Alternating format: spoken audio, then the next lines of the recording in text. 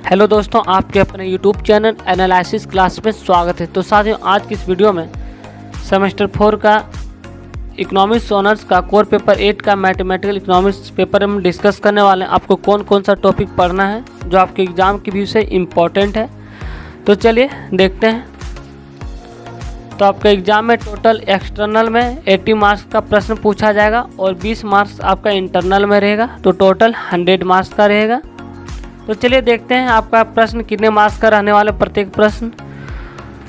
तो आप यहाँ पे देख सकते हैं, आपसे टोटल 9 प्रश्न पूछा जाएगा और प्रत्येक प्रश्न 16 मार्क्स का रहेगा, जिनमें से आपको 5 प्रश्न को सॉल्व करना है। 16 × 5 80 मार्क्स का आपका एक्सटर्नल में प्रश्न पूछा जाएगा, जिनमें से क्वेश्चन नंबर 1 आपको सॉल्व करना अनिवार्य है। आप देख सकते हैं यहाँ पे।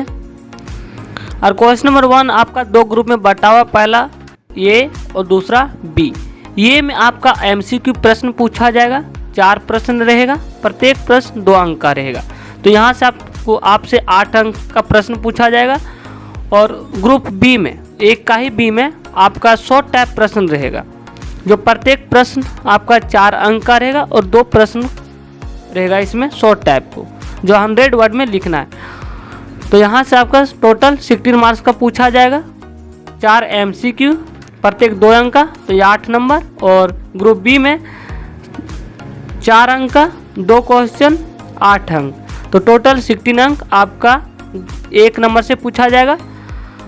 अब क्वेश्चन नंबर 2 से क्वेश्चन नंबर 9 के बीच में आपको 4 प्रश्न को सॉल्व करना, आप देख सकते हैं यहाँ पे। और जो प्रत्येक प्रश्न आपका 16 अंक का रहेगा, तो 4 × 16 = 64 और इधर 16, तो मिलाकर 80 अंक का आपका एग्जाम होगा, जिनमें से आपको इनमें डिस्क्रिप्टिव टाइप के 16 अंक के पूछे जाएंगे, जिनमें से आपको 4 प्रश्न को सॉल्व करना है। और क्वेश्चन नंबर 1 आपका कंपलसरी है, जो 16 अंक का रहेगा, एक शॉर्ट टाइप और दूसरा टाइप बी रहेगा, जो आपका एमसीक्यू पेपर रहेगा।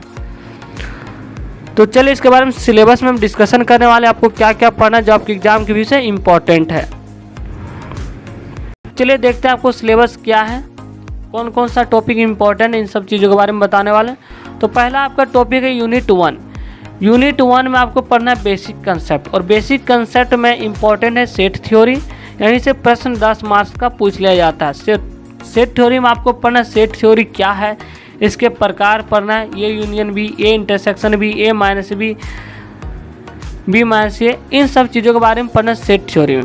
दूसरा है फंक्शन पढ़ना है, और ये जिसको बोलते हैं फलन, या कितने प्रकार का होता है, टाइप्स ऑफ फंक्शन। तीसरा है इक्वेशन, इकोनॉमिक में क्या यूज है इक्वेशन का, इन सब चीज़ के बारे में पढ़ना है। और इसमें स्ट्रेट लाइन पढ़ना है यूनिट 1 में, कोऑर्डिनेट, जिसका फॉर्मूला तो y = mx + c।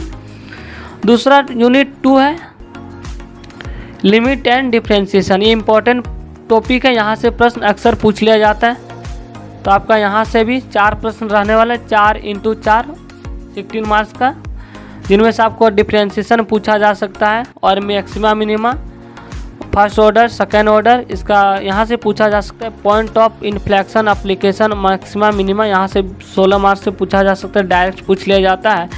और यहाँ से सबसे बड़ी इंपॉर्टेंट टॉपिक यहाँ से ये पूछ लिया जाता है, equilibrium of the firm under perfect competition and monopoly. Monopoly से यहाँ आपका मैथमेटिकल इकोनॉमिक्स है, यहाँ से प्रश्न पूछा जाता है, और 2.4 से भी पूछ लिया जाता है। यूनिट 3 में आपको पढ़ना है इंटीग्रेशन। इंटीग्रेशन क्या है, इसका यूज क्या है, कंसेप्ट पढ़ना है, और इसका डिफरेंट इंडिफरेंट पढ़ना है, और इसका यूज इकोनॉमिक्स में क्या है, इन सब चीज़ों के बारे में पढ़ना है, जिसे मैथ के रूप में आपको सॉल्व करना होता है।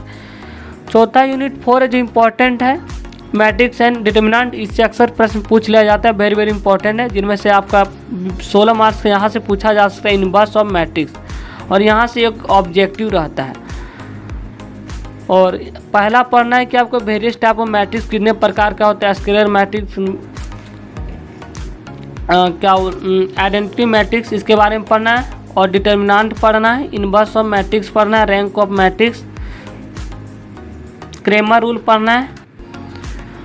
तो आपका जो 4 यूनिट में आपका सबसे अधिक इम्पोर्टेंट है मैट्रिक्स एंड डिटर्मिनेंट और डिफरेंशिएशन, यहाँ से अक्सर प्रश्न पूछ लिया जाता है हर बार।